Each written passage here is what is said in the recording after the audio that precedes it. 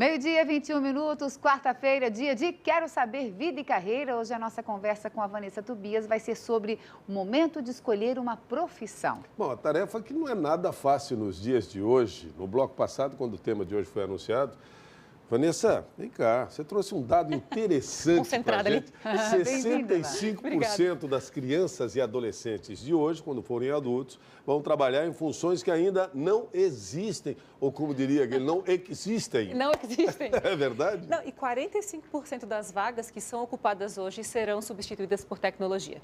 Foi feita uma pesquisa pelo Manpower Group dos Estados Unidos aqui no Brasil e esses dados começam a desacomodar a gente para pensar nas profissões do futuro e o que a gente precisa fazer hoje para estar preparado para as mudanças. E nós começamos com uma pergunta do Alexandro em vídeo. Legal. Olha só.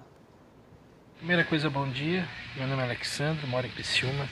E a pergunta que eu tenho a fazer é o que eu tenho que fazer para instruir meus filhos a ter uma carreira profissional bem-sucedida futuramente? Essa é a minha pergunta. Legal. Pergunta simples. Mas importantíssima. Olha que loucura o que vai acontecer. Uma pessoa no futuro vai ter mais ou menos 5 carreiras no decorrer da vida. Isso significa que a melhor instrução que a gente pode dar para os nossos filhos e para nós é aprender a aprender. Não é o que eu devo pensar, mas como eu devo aprender a pensar para ter a flexibilidade de pular de uma carreira para outra com desapego total e tranquilidade. Olha isso. Então tá, então vamos para uma pergunta no telão. Rose de Garopaba. A minha filha tem 13 anos e já quer trabalhar. Escolheu 2 possíveis profissões. Ela quer ser advogada ou policial militar. São promissoras? A gente deve se perguntar, Rose e turma, o seguinte: se o que eu quero fazer no futuro será ou não substituído por tecnologia. E focar em desenvolver habilidades comportamentais, independente do que seja a escolha para o futuro. Eu, como advogada ou policial militar, o que será ainda essencial do ponto de vista humano e o que será substituído pela tecnologia. Foque em desenvolver o humano dentro desse aspecto. Perfeito. Mais uma perguntinha por aqui. Vamos ver, a Adriana de Santo Amaro da Imperatriz. Meu filho quer ser jogador de futebol. Isso é uma profissão? Pergunta a mãe.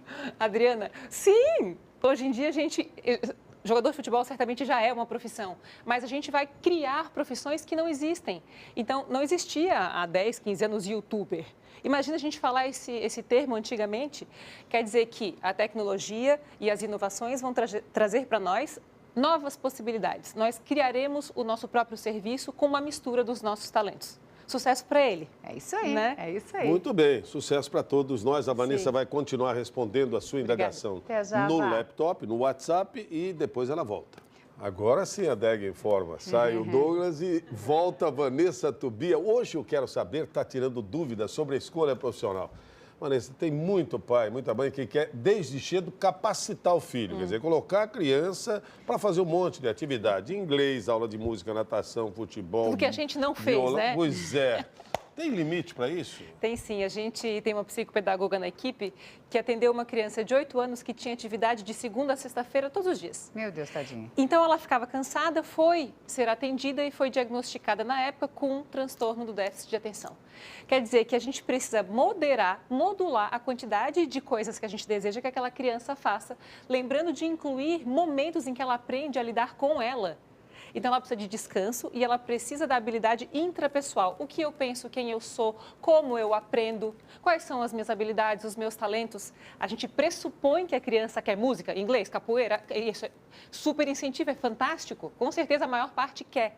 Mas eu preciso observar as tendências e incentivar nas tendências. Senão vai ter problema quando crescer, né? Sim. E vai ser diagnosticado errado de vez em quando, né? Com certeza. Pelo excesso. Temos mais perguntas em vídeo para você aqui. Oba! Tenho 10 anos e quero ser professor para formar profissionais no futuro. A minha pergunta é se essa profissão ainda vai existir no futuro? Esse é o Sérgio, olha que coisa mais linda, eu sou o Sérgio, eu tenho né? 10 anos. Professor, eu penso que existe desde os primórdios, né? A pessoa que ensina a gente a refletir e a se desenvolver. Certamente isso vai continuar existindo, ensinando a gente a refletir sobre como se desenvolver e como aprender a aprender. Siga firme, é muito linda essa profissão. Maravilha, Sérgio. Mais perguntas no telão. Mais uma, vem da Lourdes de Lages. Eu gostaria de saber quais são as profissões que estão em evidência atualmente. E se você conseguir, quais são as que serão evidentes no futuro. Legal. Você sabe que eu trouxe uma tela sobre isso. A gente vem trabalhando uma inversão da pirâmide, né? O que isso significa? Antigamente... tá aqui a tela. Profissões do futuro. RH e atendimento, você vai ver o crescimento das pessoas que trabalham com cuidadores dos jovens há mais tempo. A gente vai ver a questão do atendimento cada vez mais importante, a importância do ser humano. Tecnologia da informação, robótica, isso é lógico, vai crescer e está crescendo muito. E saúde e qualidade de vida. Lembrando que o mais importante aqui, a dica máxima eu preciso ir atrás de cursos que são técnicos, que me preparam rapidamente, de curta duração e que me capacitam para entender as mudanças rápidas. Competências, criatividade, inteligência emocional e a capacidade de aprender rápido, principalmente. Quer dizer, a gente vai notar não é um desaparecimento, mas a gente vai ver que as pessoas vão procurar formações mais rápidas, que não têm relação direta com a sua própria área, para que tenham flexibilidade de adaptação, consigam adaptação. Olha que interessante isso. Vamos a mais uma pergunta para você aqui no telão. Vá. Rose de Tijucas, como descobrir nossos pontos fortes e fracos profissionalmente? Rose, pedindo feedback. E eu preciso, além de pedir feedback para as pessoas que já trabalharam comigo, dizendo, olha, como é que foi trabalhar? Me diz 3 coisas que você observou no meu comportamento que foram positivas e outras 3 que eu deveria melhorar. A questão da conversa e do diálogo com quem nos conhece muito bem. E não precisa ser só do trabalho, pode ser pessoas de casa e da família também. Outro ponto, veja tudo que você realizou e você mesma pode avaliar. O que eu fiz que eu faria diferente? Aí você consegue se desenvolver e descobrir onde é que está o ponto forte e o ponto que tinha que ter sido melhorado. Ótimo. A Vá volta para o nosso computador respondendo as suas perguntas e já está de volta com a gente por aqui. De volta para a última parte do Quero Saber de hoje. A Vanessa Tobias está dando dicas para quem está naquela encruzilhada. Olha aí, ó. Naquela encruzilhada no caminho, sem buraco. Talvez com buraco, para escolher a vida profissional. Tem mais uma perguntinha em vídeo. Vamos lá? Lígia, sou de São José. E eu gostaria de saber se as escolas de robótica e programação são realmente uma boa opção para os nossos filhos, pensando nas profissões do futuro. Obrigada, Lígia, pela pergunta. Com certeza. Eu só temo uma coisa, que a gente force a barra para os nossos filhos se tornarem pessoas da tecnologia, quando o mais importante é desenvolver nele a capacidade de aprender. Então, como o meu filho vai aprender, independente se ele vai ou não ter a tendência para a robótica? Tentar, sim, se ele curtir, legal, mas não forçar para que ele vá para esse caminho. Você tem uma arte para a gente sobre isso, de dicas? Sim. Hoje, ao invés dos livros, até tenho várias ideias na cabeça, mas eu trouxe assim. Quais são os cursos rápidos em áreas técnicas e modernas que a gente pode procurar?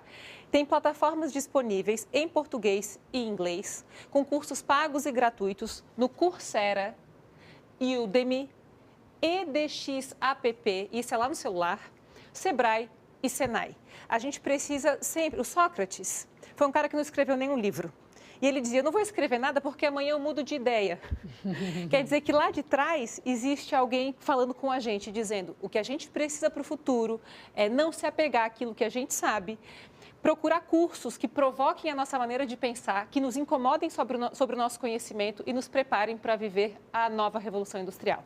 Vamos para mais uma perguntinha. 4.0 lá. Vamos lá que dá tempo. Atenção, Ricardo de São José. Meu filho de 18 anos não passou no vestibular. Eu tenho uma empresa de porte médio. Gostaria que antes de trabalhar comigo, ele fizesse um intercâmbio. Ou eu espero o próximo vestibular? O que eu acho? Ricardo, que pergunta boa. É importante que na família a gente construa com o diálogo o que de fato é o melhor para a nossa vida.